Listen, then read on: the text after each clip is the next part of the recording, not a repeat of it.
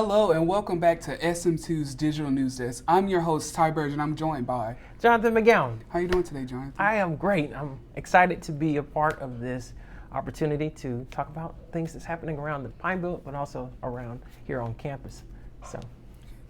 Well, to get started, we're going to take a look at our weather for this week. Well, we have a 3-day forecast. Jonathan, you want to tell us a little bit about that? Well, I will.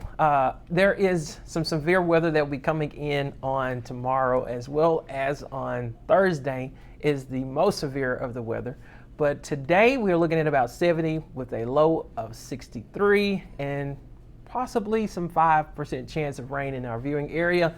But also on Wednesday will be a 40% chance of rain. So please make sure that you bring your umbrella or grab some type of gear to keep you dry, or put on your rain boots as well on this day after Valentine's Day. As well as on Thursday will be 73 with a low of 42. There will be some thunderstorms with some severe weather, and it will be cloudy with a chance of 98% of rain.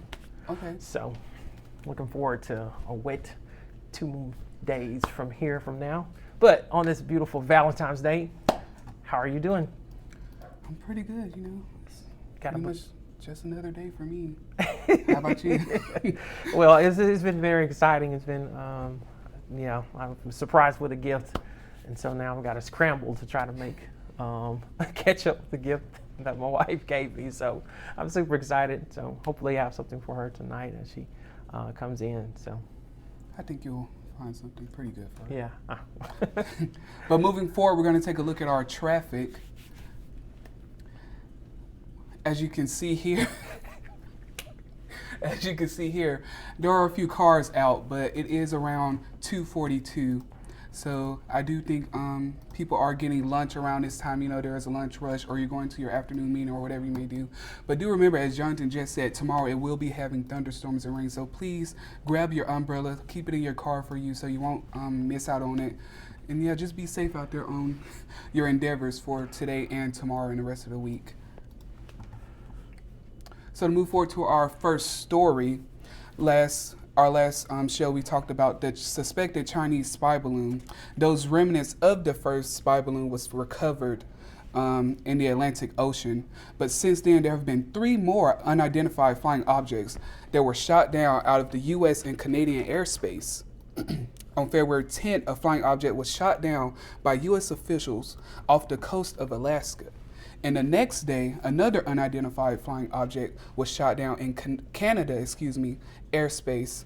It said that the object was the size of a small car, according to the Pentagon. On the other hand, the object that was shot down over Lake Huron was octagonal, shaped with strings hanging off of the ship, which was said by a senior administrator official of the Pentagon. What do you think about that, Jonathan? Well, we're beginning to find ourselves in some different areas of our, I'm still kind of complex why there has been a series of constant balloons and spies and things of that nature.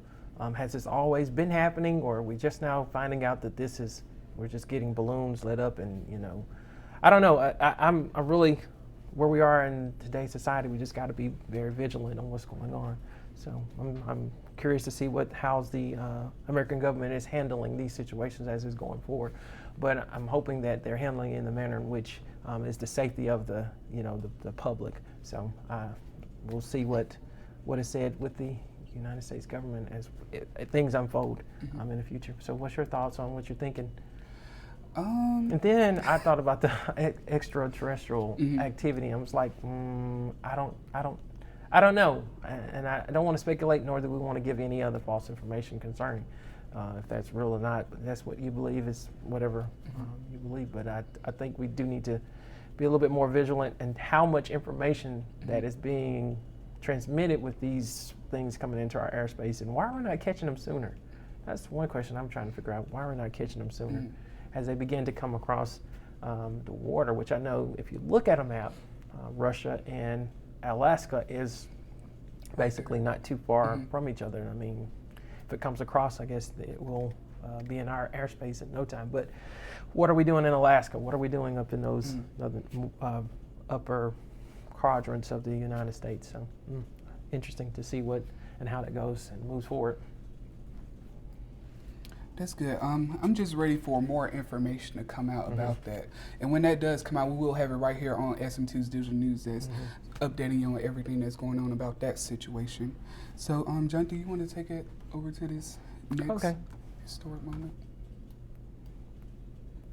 So on this, last week we had the opportunity to meet and to get a story behind Miss Lieutenant Colonel Raylani Branch, and we were able to sit with her, and Jaterica was able to sit with her and get some information of how things were back in the day when she came and integrated the university during that time in the civil rights era, and just to hear her story and to hear her passion and the way she illustrated. It's going to be a story of a lifetime. I think it's going to really definitely be something that everyone would need to listen and to hear and to watch, because I think it just tells a picture so she illustrates it so well as she begins to talk about her journey.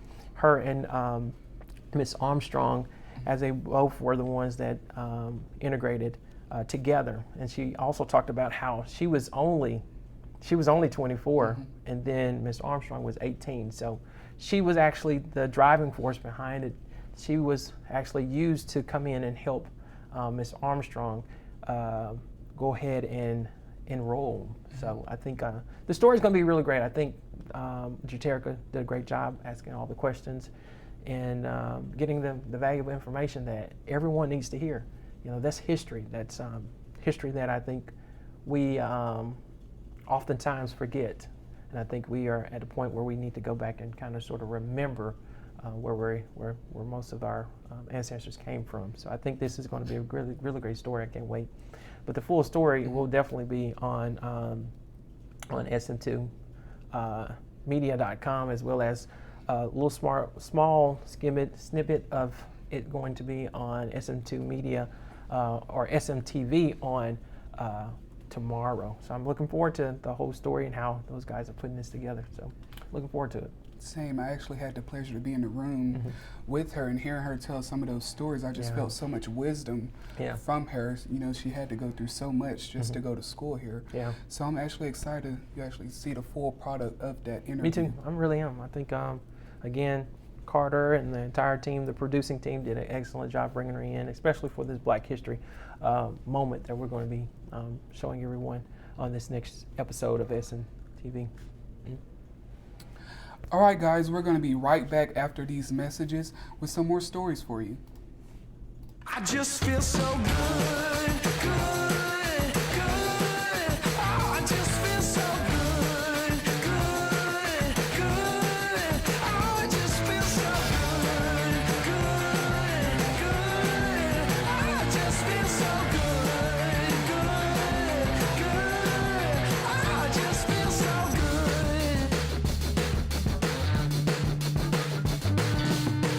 If you feel it, just dance along. Keep the feeling going on and on.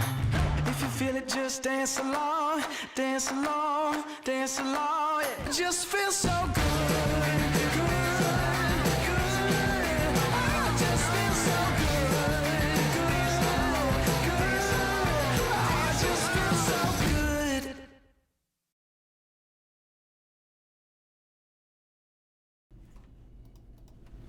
Welcome back to SM2's Digital News Desk. Again, I am your host, Tyi Burrage, and I'm joined by Jonathan McGowan. How are you? Pretty good, Jonathan. So to move forward, USM Golden Eagles had a basketball game this Thursday. It was actually a doubleheader, and the game was just so energetic. I think this game actually had the most people this semester. I believe it was 8,097 people to join us, and you was also in attendance at that game, Jonathan. What did you think about it? So I thought the crowd was electrifying. It was really good from the start to the finish. I think the boys really played extremely well concerning trying to keep their number one. I think their number one seed now. Don't quote me if I'm misquoting that, but I think they did an excellent job. The crowd was there. They were in it throughout the whole process. And Hasse did a great job with the scoring, along with Crawley. I mean, he really showed his, natural, just every time. But another one that was Alvarez, I want to say, or was it Alvarez? He did really great in the game that was on Thursday, but also Saturday. I think they put in a great fight Saturday as well. Attendance wasn't there as much, but that Thursday night, I mean, it was like standing room only. There was just a few seats. I really want to know how much or how large of a crowd that the Reed Green could really hold. I think we could really pack the house if we really wanted to. 8,000 is just a tip of the iceberg. I think we could probably fit a good 10,000 in there. I think that's probably what we could, but it was a lot of people, a lot of people. But the girls also played too, so they did a really great job playing in both of those tournaments. But I think Thursday was very electrifying. Looking forward to this weekend as well as they play again. Hoping to pull out another win at home. So I actually had really fun at this game. It was just, I don't know, it's something about when everybody just comes together to just celebrate the team. And I think it just gave the actual Golden Eagles the push to, do better. And I actually had really fun. I got to sit, on that first bench. I got to really have a close experience to everything. So it was really fun. Yeah, I really like the way they brought in the DJ Cujo. I think his name is DJ Cujo. And he did a really great job from both games, keeping the crowd pumped. The music was right on point, I think, to continue to push, the fan base. But I think the student section really knocked it out of the park. So I'm hoping that they will continue to show their face. I know that this past weekend was Saturday, so it wasn't really a lot of student participation. But we are looking for another win, and hopefully a lot of more students will come out. See the atmosphere, feel the atmosphere, because I think there are only $5 tickets this weekend. So, I mean, you can pack the house with, you're only paying $5 a ticket. So bring the whole family. It's not, you can definitely bring the whole family, as well as I can't stress the importance of not only basketball, but baseball and softball is still playing. Baseball's openers this weekend as well. So I think it's Friday, Saturday, and Sunday. So it's going to be an Eagle Fever weekend. I mean, it's going to be a lot of sports. So I know the guys at ESPN are going to be working their hardest. So if you can't get there, always watch us on ESPN. So you can watch us there as well. Thank you. So to move forward, I think we touched on this the last episode. SM2s will be hosting a contest. Tell your love story. Excuse me. It will be going until February the 17th. 17th, I think they extended it. Yeah, they extended it to get to hear some more love stories throughout, throughout the community that we have here at Southern Miss. So I think if you're still trying to tell your story, get on in there, because you still have time. February 17th, so it's dinner and a movie and a gift basket is what they're going to be raffling off. So you go to sm2media.com, sm2media.com, and you can definitely tell us your love story there as well. It's good. Make sure you all go tell your love story. It wouldn't hurt, you have a chance to win dinner and a movie, free dinner and a movie. You don't have to pay for anything. Who wouldn't want that? We all love free stuff. Yeah. So we're going to take another quick break, and we'll be right back after these messages.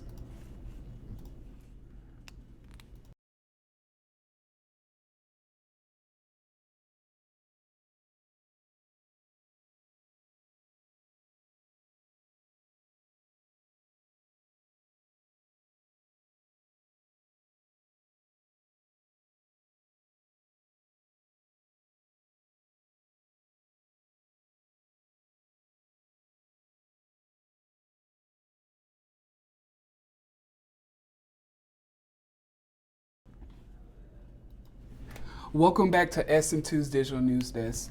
So moving forward, we actually had a student from here to actually attend the Super Bowl. Can you tell us a little bit about that? Guess we're still talking about the sports. Her name was, she's a USM doctoral student, her name is Miss Fabergé Flint. Her husband passed away in 2006 during the Iraqi Freedom War. And so she was honored with a Pat Hillman Scholarship and Pat Tillman Scholarship. And so she is a part of a elite group of individuals that were honored on this past Sunday, with the opportunity to flip the coin. So, but it was more shocking when we actually found out she was the one that was actually doing it, which is like, wow, it's kind of very impressive. So we have Mississippi was definitely represented during the Super Bowl, from the players all the way down to the coin toss by Miss Fabergé. So we salute her, as well as her endeavor to continue her higher ed degree in higher administration. So here is her coin toss if you want to catch it one more time. And then we have a little bit more on that. I'm telling you, man, it's amazing that you can be that close to the players as well as the officials. To be that close to Rihanna. Yeah. what an awesome experience. Now, I mean, I don't even know how many people that were in the stadium. 50,000, 100,000 was in the stadium. That's a lot of people. So here's that coin toss by Miss Fabergé Flint, and congratulations again to her for being able to do it. So that was that's very impressive. I really enjoyed. I didn't catch the whole Super Bowl, but what were your takeaway from the Super Bowl besides the players? Looked like it was Rihanna.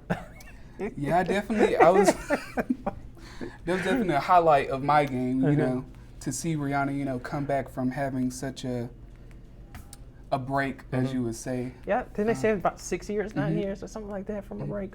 But I'm super excited because I mean, to see her perform, it was really, really electrifying. Again, I can't stop using the word electrifying, but it was really electrifying because I mean, they had her all the way up in the sky. I was like, I would have been scared, nervous, and everything else, as well as they had her.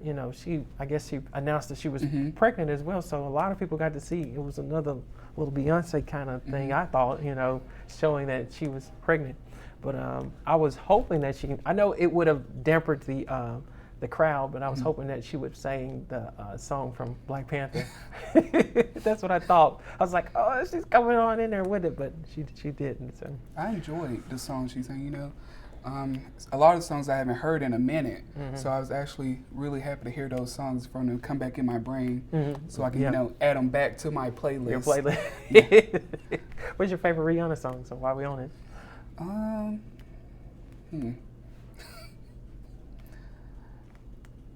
Top 5. Well, number 1 in my top 5s will be Umbrella. Do you know that song? Umbrella, Ella, A. Okay. Yeah. Yeah. But I do like the one that she did in Black Panther. Yeah, that was really Lift good. Me Up. She had another one at the end of it. I don't remember the name of that song. Definitely have to catch that one again. Diamonds? That's the name of it? Okay, I'm going to have to catch that one as well. So, all right. So, I just want to say thank you all for watching this episode of SM2's Digital News Desk. You can check us out on sm2media.com, our YouTube. Please go follow our social media pages. Be on the lookout for the student prints. When do we have one? We have them every other Wednesday. Like this week, we have SM2, SMTV this week. So last week we had the student prints. So we try to alternate either two to give you the news, whether that's on your iPad, whether it's on digital or on your cell phone, but we try to make sure that we get the news to you as much as we possibly can. But that's very important. There are newsstands across the USM campus, so pick them up, pick you up one. And also you can find all of this information and more on sm2media.com. So that's where all of our media is coming from, sm2media.com. I also want to plug in SM Today. Southern Miss Today. Southern Miss Today. Southern Miss Today now it's on Wednesday and Thursday. It was on Monday, Tuesday, Wednesday, Thursday. But now we are focusing on giving you some content and really great, strong content Wednesday and Thursday. So you can catch Southern Miss Today on Wednesday and Thursday from noon to 12:30. And so 88.5? On 88.5, Southern Miss Radio 88.5. This week, I know they have Wes from Prism. Wes will be coming on talking about things that are happening on campus concerning PRISM and how you can get involved with PRISM, but also giving you information about PRISM and some of their events that they're going to be having throughout the upcoming week, which I know they are working with multicultural engagement, and so they have a lot of events that they plan this month. So, but also on the 16th, on Thursday, we'll have Clarissa Ewell, and she's with the United Way and talking about some opportunities to volunteer. And I know one thing is the 5K marathon that they'll be having downtown. So that's probably one of the things I know she will be talking about, is that how you can volunteer for the United Way. But also they have a $100,000 payday giveaway. So you can also go to their website and find out how you can get your tickets for that as well. I think you can get 3 tickets and get one free. So you buy 3, get 1 free. So, but also, as well as on the radio, we also have Southern Miss weekly wrap up that happens on Friday at noon, and followed by News You Need, which happens to be at 12:30. And so News You Need is having a big event on the 23rd at 5:30. We will definitely make sure that we keep you informed on that as well. But it's a big event that we're going to be having here on campus, and we're going to talk about the latest on what's happening around Pine Belt, around the campus, but also around in the world. So it's going to be a really good event. I'm super excited about what Dr. Ed has to offer concerning bringing news and bringing the students in to talk about the news and the latest things. So keep you abreast on what's happening. So super excited about that. Once again, thank you for watching this episode of SM2's Digital News Desk. You can catch us on sm2media.com. Please go follow our social medias, Instagram, Twitter, Facebook, YouTube. All of it is SM2. You can find all those links on sm2media.com. We do have a show every week on Tuesday, so make sure you guys tune into that. Please watch SMTV this Wednesday. Again, we will have an amazing interview from Lieutenant Colonel Raylani Branch. So I'm very excited to see that. Please go tune into that. And just thank you guys so much. Jonathan, do you have anything? Thank you again for having me. I had a blast on the Digital News Desk. The first time for everything. I appreciate you. You will be back. Oh, I will. Hopefully you will be back. Okay, I guess I'll be back then. Thank you again. Again, thank you guys so much for watching, and have a nice day.